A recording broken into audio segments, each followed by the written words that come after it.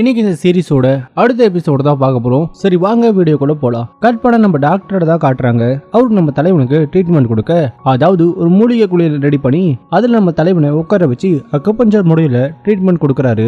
இளவரசி, இந்த மெத்தட் கொஞ்சம் கஷ்டமா தான் இருக்கும், ஆனா நல்லா ஒர்க் ஆகும். அதோட நான் கொடுக்குற இந்த மருந்து உங்க எலும்பு வழியா ஊடுருவி போகும், அதனால பயங்கரமா வலி இருக்கும். நீங்க அந்த வலியை தாங்கிக்கிட்டு தான் ஆகணும். அதுவும் 1 மணி நேரத்துக்கு நீங்க இந்த தண்ணி கூட தான் இருக்கணும் அப்படிங்கிற மாதிரி டாக்டர் சொல்ல, ஆனா நீங்க முன்ன இருந்ததை விட இப்ப ரொம்ப மாறிட்டீங்க. என்ன சொல்ற? சின்ன வயசுல உங்களுக்கு யாரோ விஷயம் கொடுத்துட்டாங்க, அதுக்கு எவ்வளவு ட்ரீட்மெண்ட் கொடுத்தும் அதை சரி பண்ண முடியல. அப்பெல்லாம் நீங்க உங்க லைஃப பத்தி கவலையே படல. எப்படியோ சாக போறோம், அதனால போனா போகட்டும்னு நீங்க இருந்தீங்க. ஆனா இப்ப நீங்க வாழணும்னு ஆசைப்படுறீங்க. நான் உங்களை இப்படி பாக்குறது இதான் முதல் முறை. இந்த மாற்றத்துக்கு காரணம் என்ன அப்படிங்கிற மாதிரி டாக்டர் கேட்க, அதுக்கு நம்ம தலைவன், அன்னைக்கு நீ மட்டும் எனக்கு ட்ரீட்மெண்ட் கொடுக்கலனா இன்னைக்கு நான் உயிரோடவே இருந்திருக்க மாட்டேன். நீ எனக்கு கொடுக்குற ஒவ்வொரு ட்ரீட்மெண்ட் அப்பவும் என்னோட எலும்பு இருக்குல்ல, அது உடையிற மாதிரி இருக்கும், அதோட சதைய அறுக்கிற மாதிரியே இருக்கும். அப்பெல்லாம் நீ சொல்லுவ நான் ரொம்ப தைரியமானவனு. ஆனா ஒவ்வொரு தடவையும் அந்த வலியை தாங்கிக்க முடியாம நான் என்ன நினைப்பேன் தெரியுமா? தற்கொலை பண்ணிக்கலாம்னு நினைப்பேன். ஆனா இப்ப என்னன்னு தெரியல, வாழணும்னு ஆசைப்படுறேன். ஏன்னா எல்லாமே அவளால அப்படிங்கிற மாதிரி நம்ம தலைவன் சேஷாவை நினைச்சுக்கிட்டு பேசிக்கிட்டு இருக்கான். கட் பண்ணா நம்ம இளவரசர் லீய காட்ட, அப்பா அவனுக்கு ஒரு லெட்டர் வருது. உடனே அதை ஓபன் பண்ணி பாக்குறான். அவன் ஷாக் ஆகுறான். கட் பண்ண நம்ம தலைவியை காட்டுறாங்க. அப்ப இளவரசர் லீ வந்திருக்கிறதா அவங்க சொல்ல, ஆனா தலைவிக்கு அவனை பார்க்க விருப்பம் இல்லை போல.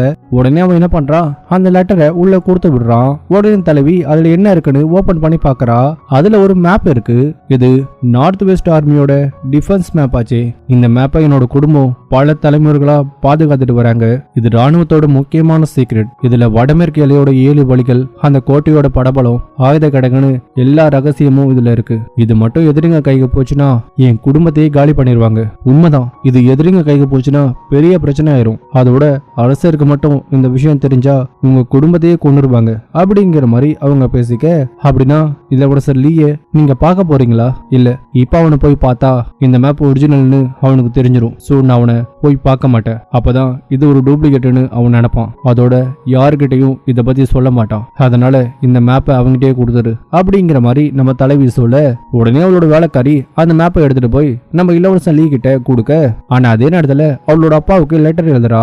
இந்த லெட்டரை நான் யார்கிட்ட கொடுக்கணும்? என்னை பார்க்க வந்தால அந்த மீசக்காரங்கிட்ட போய் கொடு. அதான் அந்த உண்மையான மீசக்காரன். அவன் தான் தகவல் அனுப்புறதுல ஃபாஸ்ட்னு சொன்னால, அதனால அவங்கிட்டே இதை கொடுத்து விடு. நாம அவனை நம்பலாமா? கண்டிப்பா நம்பலாம். ஆனா அவன் இதை ஓபன் பண்ணி பார்த்தா கவலைப்படாத, நான் ஒரு சீக்ரெட் கோட யூஸ் பண்ணிருக்கேன், அதனால அவனால இதை படிக்க முடியாது அப்படிங்கிற மாதிரி நம்ம தலைவி சொல்ல, கட் பண்ண தலைவன் கிட்ட அந்த லெட்டர் கிடைக்குது. சேஷா இந்த லெட்டரை நம்ம ஹூவை கிட்ட கொடுக்க சொன்னான். ஆனா இந்த லெட்டர்ல அப்படி என்ன இருக்குன்னு தெரியல. ஏதோ ஒரு சீக்ரெட் கோட எழுதி வச்சிருக்கா. சீக்ரெட் கோட எழுதிருக்கானா கண்டிப்பா ஏதோ ஒரு முக்கியமான விஷயமா தான் இருக்கும். சோ அந்த கோட டீகோட் பண்ணு அப்படிங்கிற மாதிரி நம்ம தலைவன் சொல்ல, கட் பண்ணா நம்ம தலைவி இளவரசன் லீய பார்க்க வரல.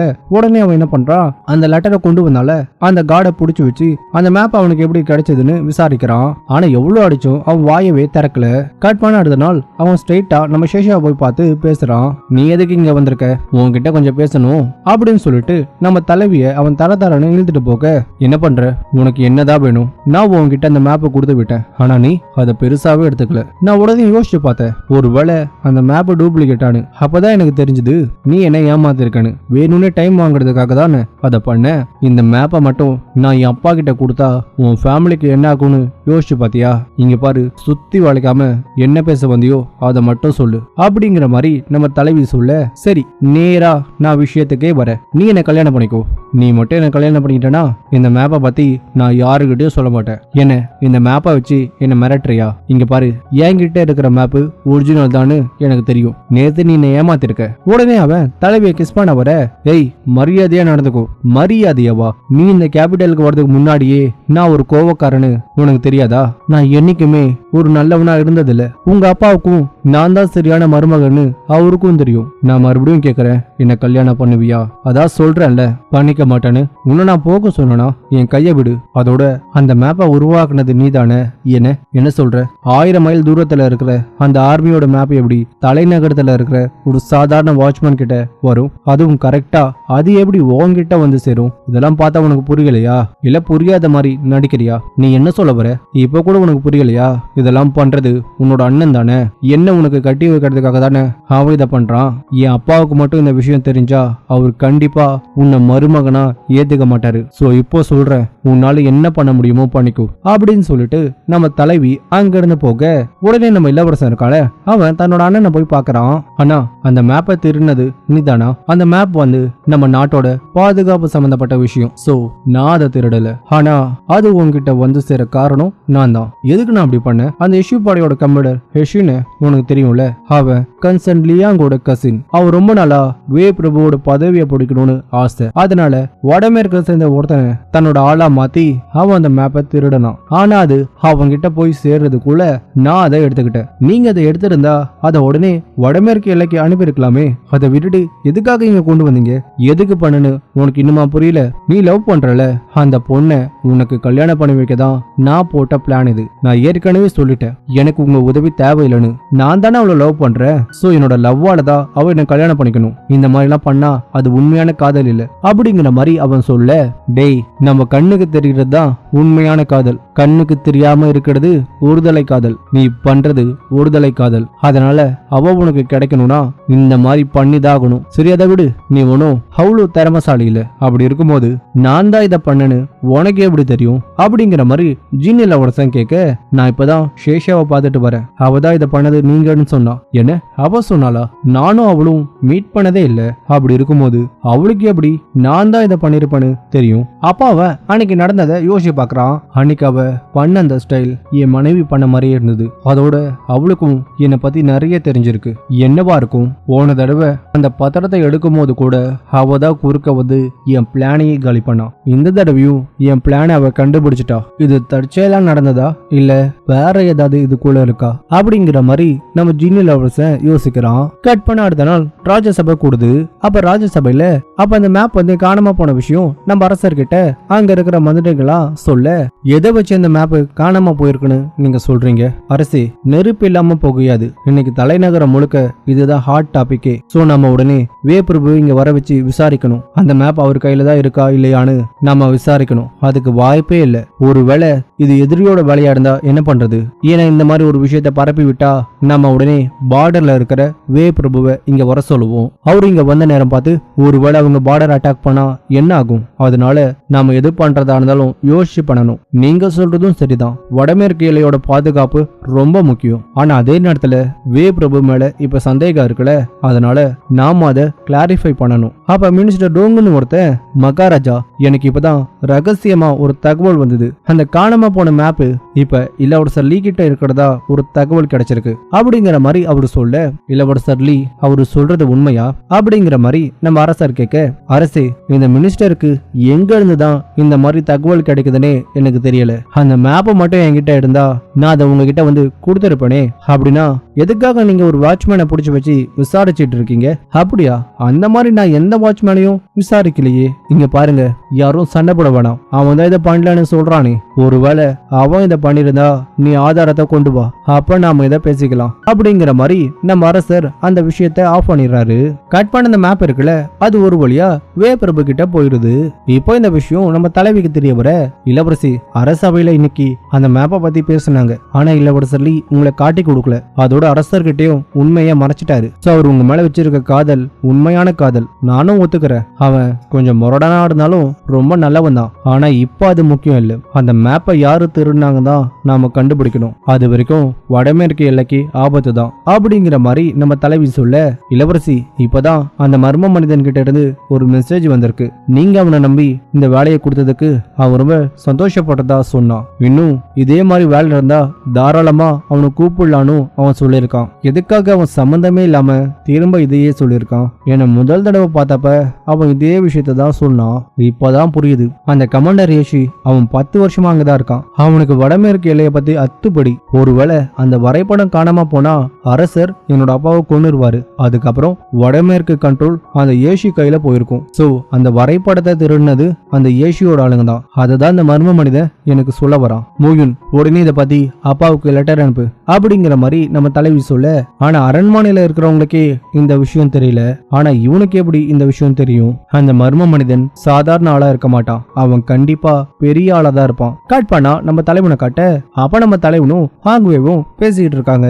அந்த ஏஷி தான் அந்த மேப்பை திருடுனான்னு நாம இளவரசிக்கு தெரியப்படுத்தணும். ஆனா உங்க தம்பி லீ தான் அவளை காப்பாத்தின மாதிரி அந்த மேப்பை பத்தின உண்மையை அரசர்கிட்ட சொல்லாம மறைச்சதால நல்ல பேர் வாங்கிட்டான். சோ இப்ப கண்டிப்பா இளவரசிக்கு அவர் மேல கொஞ்சம் லவ் வந்திருக்கும். அதோட இளவரசியோட அப்பாவுக்கும் அவரை புடிச்சு போயிருக்கும். இதுக்கப்புறம் கண்டிப்பா உங்களுக்கு சான்ஸே இல்ல அப்படிங்கிற மாதிரி நம்ம ஆங்குவே சொல்ல, நீ அப்படி யோசிக்கிறியா?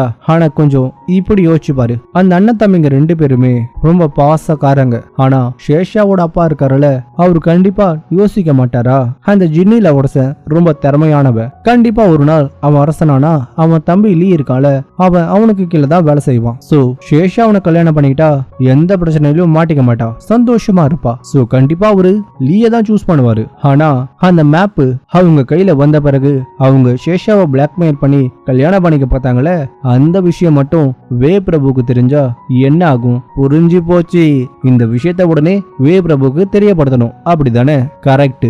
உடனே இந்த விஷயத்த வே பிரபுக்கு தெரியப்படுது அப்படிங்கிற மாதிரி நம்ம தலைவன் சொல்ல, சரி அதை விடு, இந்த வித்தியாசமான விஷயத்தை பத்தி விசாரிக்க சொன்னே ஏதாவது தெரிஞ்சுதா? கமிஷனருக்கு ஒரு குழு கிடைச்சிருக்கு. சமீபத்துல வெஸ்டர்ன் ரீஜன்ல இருந்து ஒரு வியாபாரி நம்ம ஊருக்கு வந்திருக்கான். அவங்கிட்ட நிறைய விதமான இல்லீகலான மருந்து இருக்கு. குறிப்பா அந்த மாதிரி விஷத்தை அவன் உருவாக்குறதுல ரொம்ப தந்திரமானவன். அவனை கண்டுபிடிக்கிறது ரொம்ப கஷ்டம். ஆனா நம்ம கமிஷனர் அவன் எங்க இருக்கான்னு கண்டுபிடிச்சிட்டாரு. அதே நேரத்துல கமிஷனர் அவன் இருக்கிற இடத்துக்கு போய் அவன் அரெஸ்ட் பண்ண போக, ஆனா அதே நேரத்துல அவன் அங்க இருந்து தப்பிச்சு போயிடுறான். அப்ப நம்ம போலிங்கும் அங்க ஏதோ ஒரு கேஸ் விஷயமா வரா.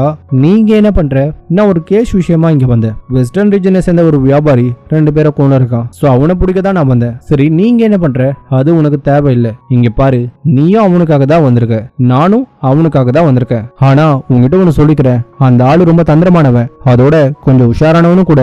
ஆனா அவன் பொண்ணுங்க விஷயத்துல வீக்கு. அதோட அவன் இப்ப எங்க இருக்கான்னு எனக்கு தெரியும். அவன் எப்பவுமே தவறாம அந்த இடத்துக்கு போவான். சோ அவனை பிடிக்கணும்னா ஏன் கூட நீ வந்தாகணும் அப்படிங்கிற மாதிரி நம்ம போலிங் சொல்ல, வேற வழி இல்லாம நம்ம கமிஷனர் அவன் கூட ஒரு மகிழ்ச்சி விடுதிக்கு போறான். அங்க அவன் வருவான்னு அவன் வெயிட் பண்ணிட்டு இருக்க. ஆனா அவன் வர மாதிரியே இல்ல. எதுக்கு என்ன இப்படி பாக்குற? உன் நெத்தில என்ன ஆபீசர்னு எழுதி ஓட்டி இருக்கா? ஏன் அப்படி கேக்குற? இல்ல, நீ பார்க்க ஒரு கஸ்டமர் மாதிரியே தெரியலையே. உனக்கு பாட்டு வேணாம், சரக்கு வேணாம் அப்படின்னா நம்ம அரெஸ்ட் பண்ண வந்திருக்கோன்னு நீயே தெளிவா அவங்களுக்கு காட்டிடுவ போல. நீ தானே சொன்ன அந்த வியாபாரி இங்க வருவான்னு. இல்லனா நான் எதுக்காக உன் கூட இங்க வரப்போறேன்? அப்படின்னா நீங்க முதல் தடவை வரியா? ஆமா. ஐயோ, நீ இவ்வளவு பெரிய நல்லவனா இருப்பான்னு நான் சத்தியமா எதிர்பார்க்கலப்பா அப்படிங்கிற மாதிரி அவ சொல்லிட்டு இருக்கும் போது அப்பா அங்க 2 பேர் வராங்க. அட இது கமிஷனர் தானே. ஐயோ, இவங்களுக்கு நீ யாருன்னு தெரிஞ்சு போச்சு. நீ வேற முதல் தடவை இங்க வந்திருக்க. இந்த விஷயம் யாருக்கா தெரிஞ்சா உன் மான கப்பல் ஏறிடுமே. வா இங்க இருந்து போயிடலாம் அப்படின்னு சொல்லி நம்ம பூலிங் அவனை அங்க இருந்து ஒரு ஜன்னல் வழியா கூப்பிட்டு போயிடுறா. ஆனா அந்த இடம் வந்து ஒரு குளம் போல, அதனால 2 பேரும் நனைஞ்சிடறாங்க. உடனே பூலிங் என்ன பண்றா, அங்க இருக்க ஒரு துணி எடுத்து அவனுக்கு போத்தி விட, ஹேய் எதுக்கு மத்தவங்களோட துணியை எடுக்கிற? ஏன்பா நீ மக்கள் காவல, நான் அரச காவல. சோ அப்படி இருக்கும்போது இந்த துணியை எடுக்கிறதுல ஒன்றும் தப்பு இல்லையே. தப்பு தான், அடுத்தவங்களோட துணியை எடுக்கிறது தப்பு. நீ ஒரு ஆபீசரா இருந்துகிட்டு இந்த மாதிரி பண்ணுவியா? ஐய நீ சரிபட்டு வரமாட்ட, நான் கிளம்புறேன் அப்படின்னு சொல்லிட்டு அவ அங்க இருந்து போக, கட் பண்ண நம்ம தலைவியை காட்ட, அவ வந்து ஒரு கோயிலுக்கு வந்திருக்கா. ஆக்சுவலா இந்த கோயில்ல இதுக்கு முன்னாடி வந்து தலைவி தான், அதாவது கிங்குவா இருந்தப்ப அவ தான் அந்த ஜாட்டி ஃபிளவர்னு ஒரு சாம்பிராணி தூளை ரெடி பண்ணி கொடுத்துருப்பா. ஆனா இப்ப கிங்கு இறந்துட்டால, அதனால தலைவி வந்து அந்த சாம்பிராணி தூளை ரெடி பண்ணி கொடுக்குறா. இப்ப போன பிறகு நம்ம ஜின்னி இளவரசன் அங்க வரான். இப்ப வந்துட்டு போனது ஷேஷா தானே? ஆமா இளவரசி. அவ எதுக்காக இங்க வந்தா? புத்தருக்கு சாம்பிராணி போடணும்ல, அதனால சாம்பிராணி தூளை செஞ்சு கொடுக்கறதுக்காக அவங்க வந்தாங்க. ஆனா சத்தியமா சொல்றேன், அவங்க செஞ்சு கொடுத்த அந்த சாம்பிராணி தூள் இருக்குல்ல, அப்படி உங்க மனைவி செய்வாங்களே அதே மாதிரி இருக்கு. என்னோட மனைவி செய்யற மாதிரி இருந்ததா? ஆமா, அவங்கதான் இந்த கோயிலுக்கு சாம்பிராணி தூளை செஞ்சு கொடுத்தாங்க. அதே மாதிரிதான் இவங்க செஞ்சு கொடுத்த தூளும் அதே வாசனை வருது. உடனே அவன் நம்ம தலைவியை பார்க்க போறான். அப்ப அவன் ஒரு மரத்துக்கிட்ட இருந்து நிறைய இலைகளை எடுத்துக்கிட்டு இருக்கா. இவ பண்ற சாம்பிராணி தூள் என் மனைவி மாதிரி இருக்குதான். அதோட இவ பண்ற சில செய்கையும் என் மனைவி மாதிரி இருக்கு. ஆனா என்னோட மனைவி இப்படி கீழே கிடக்கிற இலையெல்லாம் எடுக்க மாட்டா. சோ கண்டிப்பா இவ என் மனைவி மாதிரி இருக்க எந்த தகுதியும் இல்ல. உடனே அவ நம்ம தலைவியை போய் பாக்குறான். நான் என்னோட மனைவிக்காக ப்ரே பண்ண இந்த கோயிலுக்கு அடிக்கடி வருவேன். அப்பதான் நீங்க வந்ததை நான் பார்த்தேன். உங்ககிட்ட நான் கொஞ்சம் பேசலாமா? எதை பத்தி பேசணும்? உனக்கே தெரியும்ல என் தம்பி உன்னை லவ் பண்றான்னு அப்படின்னு அவன் பேசிட்டு இருக்கும்போது நம்ம தலைவனும் அந்த இடத்துக்கு வந்துடுறான். லீசன், என்ன அதிசயமா இருக்கு, நீ கோயிலுக்கெல்லாம் வந்திருக்க? இந்த கோயில்ல இருக்கிற மரங்கள்லாம் ரொம்ப அழகா இருக்கும்னு கேள்விப்பட்டேன். அதான் அதை பார்க்கலான்னு வந்தேன். சரி சேஷா, நீ எதுக்காக இந்த இலையெல்லாம் எடுத்துக்கிட்டு இருக்க? இதை வச்சு நான் ஒரு தலைக்காணி செய்ய போறேன். அதுல இந்த இலையால செஞ்ச தலையணையில படுத்தா நல்லா தூக்கம் வரும். நிஜமாவா? எனக்கும் தூக்கம் வர மாட்டுது. எனக்கும் அதே மாதிரி ஒரு தலையாணிய செஞ்சு தர முடியுமா? கண்டிப்பா செஞ்சு கொடுக்குறேன். சரி, நீங்க 2 பேரும் பேசுங்க, நான் கிளம்புறேன் அப்படின்னு சொல்லிட்டு நம்ம ஜின்னில் அங்க இருந்து போயிடுறான். இப்போ அவன் தன்னோட ஆளுங்களை கூப்பிட்டு நம்ம தலைவியை பத்தி விசாரிக்க சொல்றான். எனக்கு அந்த சேஷாவை பத்தி எல்லாமே தெரியணும், ஒண்ணு விடாம எல்லாமே தெரியணும் அப்படிங்கிற மாதிரி அவனோட ஆளுகிட்ட சொல்ல காட் பண்ண நம்ம தலைவனை காட்ட நம்ம தலைவி இருக்கால, அவன் நம்ம தலைவனுக்காக ஒரு தலைக்காணி செஞ்சு அதை நம்ம தலைவன் கிட்ட கொடுத்து விட, பாத்தியாடா நான் கேட்ட உடனே எனக்காக அவ இதை ரெடி பண்ணி கொடுத்துருக்கா அப்படின்னா அவ என்ன லவ் பண்றதானே? தலைக்காணி பண்ணி கொடுத்ததால அவங்க உங்களை லவ் பண்ற மாதிரி ஆயிருமா? நீங்க கேட்டதாலதான் அவங்க ரெடி பண்ணி கொடுத்தாங்க. இத போய் எப்படி லவ்னு சொல்லுவீங்க? ஆனா இப்ப அவங்க உங்களை பாக்குற விதம் கொஞ்சம் மாறி இருக்கு. அதோட நீங்க சொன்ன மாதிரி நான் வேபிரபுக்கு தகவல் அனுப்பிட்டேன். வேபிரபுவும் அந்த ஈச்சியை கூப்பிட்டு விசாரிச்சிருக்காரு. சோ அவன் மாட்டிக்கிட்டான். உடனே அரசருக்கு ஒரு லெட்டர் அனுப்பியிருக்காரு. அந்த ஈச்சிய உடனே டிஸ்மிஸ் பண்ணிட்டாங்க. இப்போ அந்த ஆள் போனதால கண்டிப்பா அந்த இடத்துக்கு யாரையாவது நிப்பாட்டலான்னு நினைப்பாங்க. சோ நாளைக்கு மீட்டிங்ல கண்டிப்பா அதை பத்தி பேசுவாங்க. நீங்க என்ன பண்ண போறீங்க? பேசாம இளவரசர் ஜின் இருக்கார்ல, அவனுக்கு வேண்டப்பட்டவங்கள அந்த இடத்துக்கு அனுப்பலாம். அப்படி நடந்தா அது உங்களுக்கே விபரீதமா முடியுமே. ஏன்னா அந்த ராணுவ கண்ட்ரோல் அவங்க குடும்பத்துக்கு போயிருமே. அப்படி போனா எதிர்காலத்துல நம்ம சேஷா கண்டிப்பா இளவரசர் லீய தான் கல்யாணம் பண்ணிப்பா. உண்மைதான். இந்த விஷயத்துல லாபம் யாருக்கு? அந்த 2 அண்ணன் தம்பிகளுக்கு தான். அதனால வேபிரபு என்ன நினைப்பாரு? இதெல்லாம் பண்ணது அவங்க தானு நினைப்பாரு. இளவரசர் லீக்கு எப்பவுமே சேஷா மேல ஒரு கண் இருக்கு. அதுலயும் ஜின் இளவரசர் இருக்கால, அவன் தன்னோட மனைவிக்காக ப்ரே பண்ண போனப்ப கூட சேஷா கிட்ட தன்னோட தம்பியை கல்யாணம் பண்ணிக்க சொல்லி கேட்டிருக்கான். சோ அவங்க சேஷாவை அடைய ரொம்ப ஆசைப்படுறாங்களே, அந்த ஆசையை நம்ம வேரோடு அழிக்கணும். இப்ப நம்ம தலைவன் சொன்ன மாதிரி நம்ம ஜின் இளவரசனுக்கு வேண்டப்பட்ட ஒருத்தரை அரசர் வந்து அந்த இடத்துக்கு அனுப்புறாரு. உங்களோட இன்னொரு மாமா இப்ப ராணுவத்துல பெரிய பதவி வாங்கிட்டாருல, வாழ்த்துக்கள். உங்க 2 மாமாவும் இப்ப நாட்டோட சிங்கங்களா மாறிட்டாங்க. ஆனா அப்ப இன்னொரு குரூப் வந்து இவங்க தான் அந்த பிளான பண்ணிருக்க மாதிரி பேசிக்கிட்டு இருக்காங்க. ஆனா நம்ம சின்ன மாமா இப்படி பண்ணுவாருன்னு நான் எதிர்பார்க்கல. நானும் எதிர்பார்க்கல. அவரு ஹேஷி ராணுவத்தோட தளபதி ஆயிட்டாரு. இனிமே நமக்கு அரசவையில நிறைய பேர் எதிரிகளா இருப்பாங்க. அதோட சேஷாவோட அப்பா கண்டிப்பா நம்மள இனிமே சந்தேகப்படுவாரு. அதனால சேஷாவை கல்யாணம் பண்ணிக்கிறதுல உனக்கு கண்டிப்பா பிரச்சனை வரும். ஆனா இது தற்செயலா நடந்த மாதிரி தெரியல, யாரோ பிளான் பண்ணி இத பண்ணிருக்காங்க. அதே நேரத்துல நம்ம தலைவிக்கும் இந்த விஷயம் தெரிய வருது. ஜின்னில் இளவரசன் ரொம்ப உஷாரான ஆளு. ஒருவேளை இதை அவன் பண்ணியிருந்தாலும் யாருக்குமே தெரியாம தான் இதை பண்ணிருப்பான். தன்னோட ஆள் அந்த சீட்ல உட்கார வைக்க நினைச்சாலும் இப்படி ஓப்பன் ஆளா உட்கார வைக்க மாட்டான். அதுவும் தன்னோட மாமாவையே அந்த இடத்துல உட்கார வைக்க மாட்டான். சோ இதனால அவங்களுக்கு எந்த லாபமும் இல்ல. அதோட இப்ப அவங்களுக்கு எதிரிகள் நிறைய பேர் உருவாகிட்டாங்க. சோ இதுக்கு பின்னாடி யாரோ ஒருத்தர் இருக்காங்க. அவங்க தான் அந்த அண்ணன் தம்பிகளை குறி வைக்கிறாங்க. யாரா இருக்கும்னு நினைக்கிறீங்க? லோங்ஜிங் போனதுக்கு அப்புறம் அந்த இடத்துக்கு யார் வந்தா? அரச படையில இருக்கிற ஒரு சோல்ஜர் தான் அனுப்பியிருக்காங்க. அப்படின்னா அரச படையோட அந்த சோல்ஜர் பதவி இப்ப காலியா இருக்கு. அந்த பதவிக்கு யார் வந்தா? என்ன அவன் வந்தானா? அப்படின்னா இதெல்லாம் பண்றது அந்த மர்ம மனிதன் தான். சோ நம்ம நினைச்சதை விட அவன் ரொம்ப பவர்ஃபுல்லா இருக்கான். யாருக்குமே தெரியாம அரசவைக்குள்ள நுழைஞ்சு இளவரசர்களை எதிர்க்கிறானா? கண்டிப்பா அவன் சாதாரண ஆளா இருக்க மாட்டான். ஒருவேளை அவன் ராயல் ஃபேமிலியை சேர்ந்தவனா இருப்பானா? கட் பண்ண நம்ம போலிங் இருக்கால, அவன் மறுபடியும் மகிழ்ச்சி விடுதிக்கு வந்து வியாபாரி வருவான்னு வெயிட் பண்ணிட்டு இருக்கா. அப்ப அங்க இருக்கிற 2 பேரு நம்ம கமிஷனரை பத்தி கொஞ்சம் தப்பா பேச உடனே என்ன பண்றா, அவங்கள போட்டு செமையா அடிச்சிடுறா. உடனே அவன் போலீஸ் ஸ்டேஷன்ல அவன் மேல கம்ப்ளைண்ட் பண்ண, நீங்க 2 பேரும் பண்ணது தப்புதான். உனக்கு 20 கசியடி, அவனுக்கு 50 கசியடி. ஏன்பா எனக்கு எதுக்கு 50? அதோட உனக்கு ஹெல்ப் பண்ண போய் தான் நான் உன்னை அடிச்சேன். இருக்கலாம், ஆனா நீ ஒரு ஆபீசரா இருந்து சட்டத்தை கையில எடுத்தது தப்பு தானே. அதனால உனக்கு 50 கசையடி கண்டிப்பா தருவேன். இருந்தாலும் உன்னோட நேர்மை எனக்கு பிடிச்சிருக்குப்பா, உனக்காக நான் அந்த அடியை வாங்கிக்கிறேன் அப்படின்னு சொல்லிட்டு அவ அங்கிருந்து போக கட் பண்ண தலைவி வீட்டுக்கு வந்துட்டு இருக்க. அப்ப ரோட்ல ஒரு பையன் வாங்கி விழுறான். உடனே தலைவி அவளை ஹாஸ்பிட்டல் கூப்பிட்டு போக இப்ப அவன் கண் முடிச்சதும் தலைவி அவனுக்கு கொஞ்சம் காசு கொடுக்க, ஆனா அவன் அதை வேணான்னு சொல்றான். என் அப்பா ஆர்மியில ஒரு பெரிய ஆபீசரா இருந்தாரு, ஆனா அவர் இறந்து போன பிறகு என் அம்மாவும் இறந்து போயிட்டாங்க. அதுக்கப்புறம் என்ன டூகா ஆசிரமத்துல சேர்த்துட்டாங்க. துறைமுகத்துல தான் நான் வேலை பார்க்கறேன். டூகா காப்பகமா அப்படின்னா போர்ல இறந்து போன வீரர்களோட குழந்தைங்க இருக்கிற இடம். கட்பானா தலைவி அந்த இடத்துக்கு போறா. ஆனா அந்த இடம் பார்க்க ரொம்ப மோசமா இருக்கு. அதாவது அந்த இடத்துலயும் ஊழல் பண்ணிருக்காங்க போல. அதே நேரத்துல நம்ம இளவரசல்லியும் அங்கதான் இருக்கான். நீ என்ன இங்க? இந்த பையன் இங்கதான் தங்கி இருக்கான்னு சொன்னான். அதான் இவனை விட்டுட்டு போலான்னு வந்தேன். அதோட இவனுக்கு ஆர்மியில சேர்க்கணும்னு ஆசையா. நீ இவனுக்கு ட்ரைனிங் கொடுக்க முடியுமா? முதல் தடவையா என்கிட்ட உனக்கு கேட்டிருக்க. கண்டிப்பா நான் அதை பண்றேன். சரி என் கூட வாயேன், நாம கொஞ்சம் தனியா பேசலாம். என்ன ஏதாவது சொல்லணுமா? இந்த குழந்தைங்க தங்குற இந்த இடம் இருக்குல்ல, அதெல்லாம் ராணுவத்தோட ஃபண்ட்ல தானே நடந்துகிட்டு இருக்கு. ஆமா, ஆனா இந்த இடத்த பாரு, ரொம்ப மோசமா இருக்கு. சின்ன பசங்களுக்கு செலவு பண்ற பணத்தை கூட கொள்ளையடிக்கிறாங்க. அப்படின்னா கண்டிப்பா ராணுவத்துக்கு அனுப்புற பணத்தையும் கொள்ளையடிப்பாங்க. நானும் அதை தான் யோசிச்சேன். நம்ம ஏதாவது பண்ணி இந்த ஊழலை வெளியே கொண்டு வரணும். சரி, நான் என்னோட அண்ணன் கிட்ட சொல்லி நார்த் வெஸ்ட் ஆர்மியோட கணக்கை சரி பார்க்க சொல்றேன். அதோட நானும் என் கண்ட்ரோல்ல இருக்கிற ஆர்மியோட கணக்கை செக் பண்ணி பாக்குறேன் அப்படின்னு சொல்லிட்டு நம்ம தலைவி அங்க இருந்து போக கட்பானா நம்ம தலைவனை காட்ட, நம்ம கமிஷனர் என்ன சொன்னாருன்னா ஆட்சியோட நெட்வொர்க்கை முழுசா செக் பண்ணிட்டாரா. அவன் கண்ட்ரோல்ல இருக்கிற ஆர்மில இருக்கிற வெப்பன்ஸும் குதிரைகளும் ரொம்ப சூப்பரா இருக்கான். கேபிட்டல்ல இருக்கிற ஆர்மிக்கே டஃப் கொடுக்குமா. அவன் அந்த அளவுக்கு ஸ்ட்ராங்கா இதை உருவாக்கி இருக்கானா கண்டிப்பா அவன் வே பிரபுவை தூக்கிட்டு அந்த இடத்துக்கு வரதான் பண்ணிருப்பான். ஆனா ஹஷ்ராணுவத்துக்கு தளபதியா இருக்கிற ஒருத்தனுக்கு எப்படி இவ்வளவு பணம் வந்திருக்கும்? அதுவும் அவன் சாதாரண ஆளு தானே. அவனுக்கு பணம் கொடுத்து உதவி பண்ணது வேற யாரும் இல்ல, ரெவன்யூ மினிஸ்டர் தான். யாரு? அந்த டோங் பிகனா. அப்படின்னா ராணுவத்துக்கு போற பணத்துல அந்த ரெவன்யூ மினிஸ்டரும் கை வச்சிருக்கான். ஆனா நாம கேட்டா கண்டிப்பா அவன் இல்லைன்னு தான் சொல்லுவான். அதோட அவனுக்கு அந்த வியாபாரி தெரியும்னு நமக்கு தகவல் வந்திருக்கு. அப்படின்னா அவனை விசாரிச்சா நமக்கு ஏதாவது குழு கிடைக்கும். என் அண்ணங்கிட்ட இப்பதான் விசாரிச்சேன். ராணுவத்துக்கு வர வேண்டிய பணத்துல பாதி தான் வந்திருக்கான். ஓம் பக்கம் என்ன நிலைமை? அங்கேயும் பாதி பணம் தான் வந்திருக்கு. அதோட சாப்பாடு துணின்னு எல்லாமே ரொம்ப மட்டமா இருக்கான். இதெல்லாம் ஏன் அவங்க வந்து கோர்ட்ல சொல்ல மாட்டாங்க? இந்த விஷயம் எல்லாருக்கும் தெரியும். ஆனா ஏதாவது சொல்லி சமாளிச்சிருவாங்க. ஏன்னா அவங்க மோதுறது அரசியல்வாதிங்க கூட இல்ல, அதனால அவங்கள பகச்சிக்க மாட்டாங்க. இப்ப பெருசா எந்த பிரச்சனையும் இல்ல, அதனால ராணுவ பணத்துல தில்லுமுள்ளு பண்ணா கூட அதை யாருமே கண்டுக்க மாட்டாங்க. ஆனா திடீர்னு ஏதாவது ஒரு பெரிய பிரச்சனை வந்தா, அதாவது போர் மாதிரி வந்துட்டா, அப்ப கஜானா காலியா இருக்கிறது தெரிஞ்சா கண்டிப்பா பிரச்சனை படிக்கும். உண்மையை சொல்லணும்னா இதை விசாரிக்கணும்னு ஆசைதான். ஆனா ரெவன்யூ டிபார்ட்மெண்ட் இருக்குல்ல, அது ஒரு இரும்பு கோட்டை மாதிரி. அது மேல கை வைக்கிறது ரொம்ப கஷ்டம். நாம எதுக்கு அவங்க மேல கை வைக்கணும்? நாம வேணா அந்த குழந்தைங்க தங்கி இருக்கிற அந்த அநாத இல்லத்துல இருந்து ஆரம்பிக்கலாமா? ஏன்னா அந்த இடம் ரொம்ப மோசமா இருக்கு. அதுவும் மிலிட்டரி ஃபண்ட்ல தான் ஓடுது. சோ யாருமே அதை பெருசா கண்டுக்க மாட்டாங்க. சோ அந்த ஊழலை நம்ம வெளியே கொண்டு வந்தா கண்டிப்பா அவங்க மாட்டுவாங்க. இது உண்மையிலே நல்ல ஐடியா. ஆனா நீ இதை யாரு கூட பண்ண போற? வேற யாரு? இளவரசர் லீ கூட தான் பண்ண போற.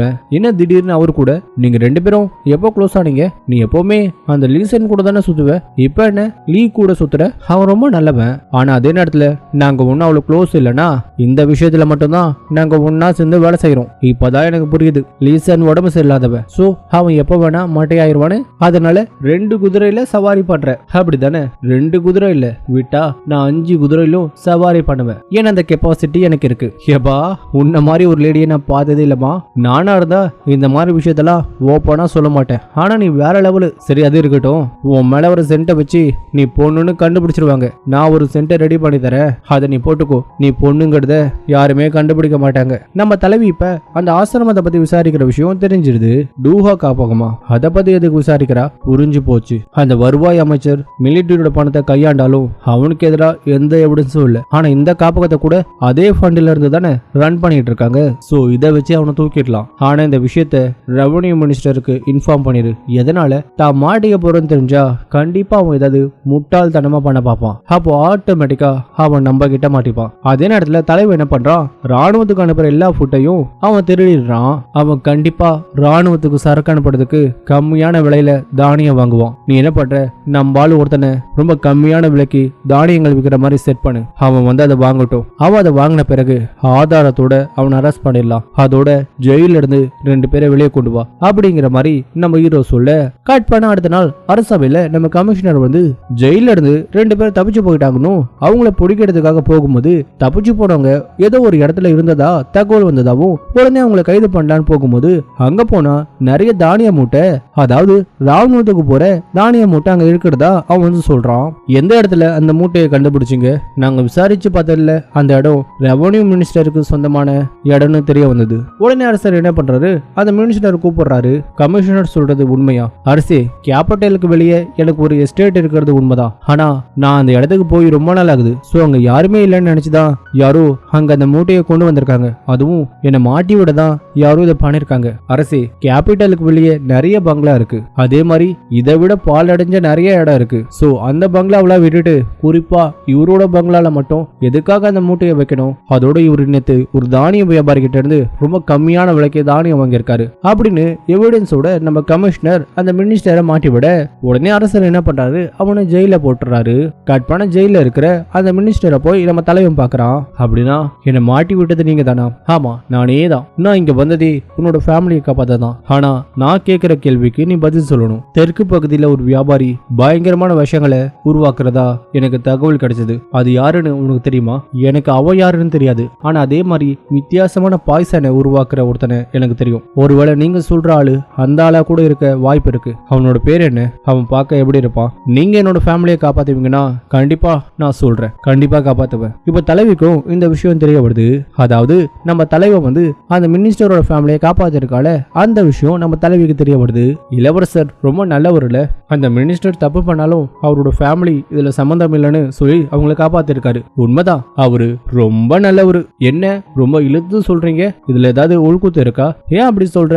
மந்திரி பண்ண தப்புக்கு அவரோட குடும்பத்தை எப்படி தண்டிக்க முடியும்? அதனாலதான் அப்படி சொன்னேன். அதோட அந்த ரெவன்யூ மினிஸ்டர் பண்ண ஊழலை சரி பண்றதுக்காக லீசன் வேற சூப்பரான ஐடியாவை கொடுத்ததா கேள்விப்பட்டேன். அதோட கொஞ்ச நாளா இளவரசர் ரொம்ப நல்ல பேர் வாங்கிட்டு இருக்காரு. அதோட அவருக்கு எதிரின்னு யாருமே இல்ல. ஆனா இதெல்லாம் பார்க்கும்போது எனக்கு அவர் மேல டவுட் இருக்கு. அப்படின்னா வெளியே அவரு தன்னை பலவீனமா காட்டிக்கிட்டு மறைமுகமா பெரிய வேலையெல்லாம் பண்றதா சொல்றீங்களா?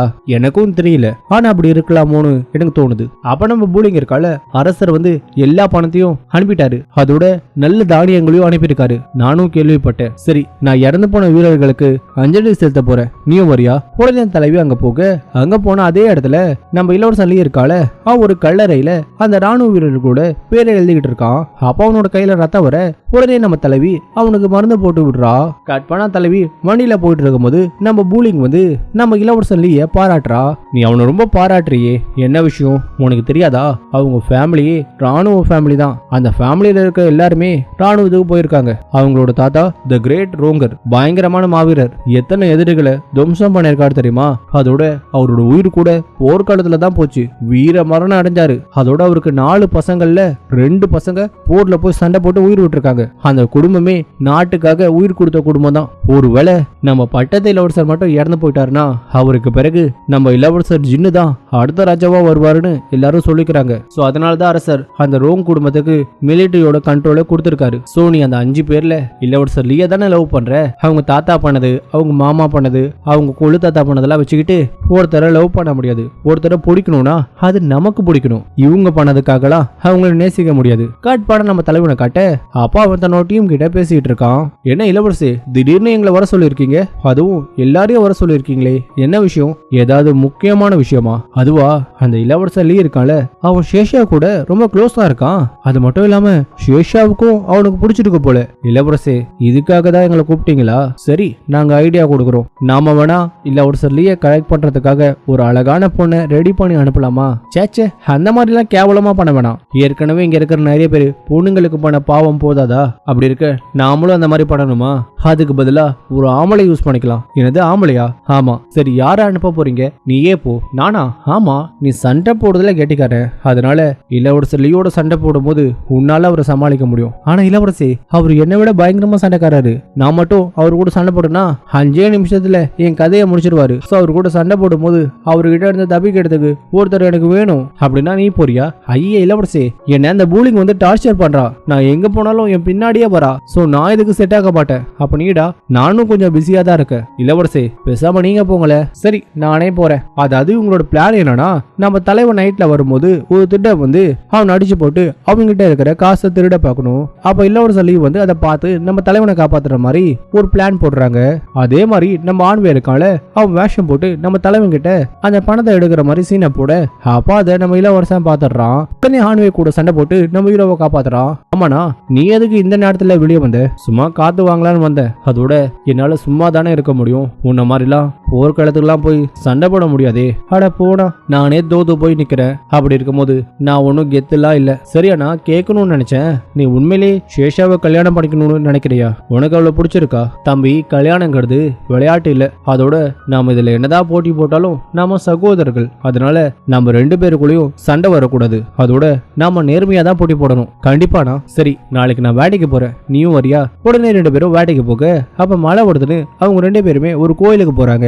ஆக்சுவலா தலைவன் பிளான் பண்ணிதான் நம்ம லீய இந்த கோயிலுக்கு கூப்பிட்டு வந்திருக்கான். அப்ப அங்க ஒரு சிலைய பாக்குறான். இந்த சிலை மாவீரர் மெங்கோட சிலை. நீயும் அவர மாதிரி தான். ஹே அண்ணா, என்ன போய் அந்த மாவீரர் கூட கம்பேர் பண்ற? நான்லாம் அந்த அளவுக்கு ஒருத்தே இல்ல. ஏன் கம்பேர் பண்ணக்கூடாது? உனக்கு 15 வயசு இருக்கும் போதே நீ போர்க்களத்துக்கு போன. அங்க போய் எத்தனை போர்ல வின் பண்ணிருக்க? அதோட இது வரைக்கும் 13 போர்ல நீ வின் பண்ணிருக்க. ஆனா உனக்கு இதெல்லாம் தெரியுமா? எனக்கு மட்டும் இல்ல, தலைநகரத்துல இருக்கிற எல்லாருக்குமே உன்னை பத்தி தெரியும். உன் தாத்தா உன்னை நினைச்சு ரொம்ப பெருமைப்படுவாரு. என் தாத்தா வாழ்க்கை முழுக்க நாட்டுக்காக போராடினாரு. அவரு கடைசியில போர்க்காலத்திலே இறந்து போயிட்டாரு. அப்ப அவருக்கு 70 வயசு. உன் தாத்தா மாதிரி தான் நீயும். இப்போ உன்கிட்ட அன்லாங் ஆர்மியோட கண்ட்ரோல் இருக்கு. நீ ஷேஷாவை கல்யாணம் பண்ணிக்கிட்டா நம்ம நாட்டோட மொத்த ஆர்மியோட கண்ட்ரோலும் உன் கீழே வந்துடும். அப்புறம் கோர்ட்ல இருக்கிற எல்லாருமே உன்னை எதிரியா பார்ப்பாங்க. அந்த பிரஷர்னால அப்பா உன்னை பாதுகாக்கிறதுக்காக உன்கிட்ட இருக்கிற அந்த மிலிட்டரி பவரை புடுங்கிடுவாரு. அதோட உன்னை தலைநகரத்துக்கு வர வச்சு உன்னை சாதாரண ஒரு அரசியல்வாதி ஆக்கிடுவாரு. அப்படி நடந்தா உன் தாத்தாவோட ஆசையை உன்னால நிறைவேற்ற முடியுமா? ஏன்னா உன் தாத்தாவோட ஆசை அவரை மாதிரி உன்னை மாவீரரா மாத்துறது. அதாவது நம்ம தலைவனோட பிளான் என்னன்னா, நம்ம இளவரசனை உடனே பார்டருக்கு அனுப்பி வைக்கிறது தான் அவனோட பிளானே. இப்பதானா நீ சொல்றதே எனக்கு புரியுது. நான் இங்க இருந்து டைம் வேஸ்ட் பண்ணிட்டேன். இனிமே நான் டைம் வேஸ்ட் பண்ண மாட்டேன். உடனே நான் பார்டருக்கு போய் சண்டை போடுறேன் அப்படிங்கிற மாதிரி அவன் சொல்ல, சோ நம்ம தலைவனோட பிளான் ஒர்க் ஆயிடுது. சோ இதோட இந்த வீடியோ முடியுது. அடுத்த வீடியோல உங்களை வந்து மீட் பண்றேன். அது வரைக்கும் பாய்.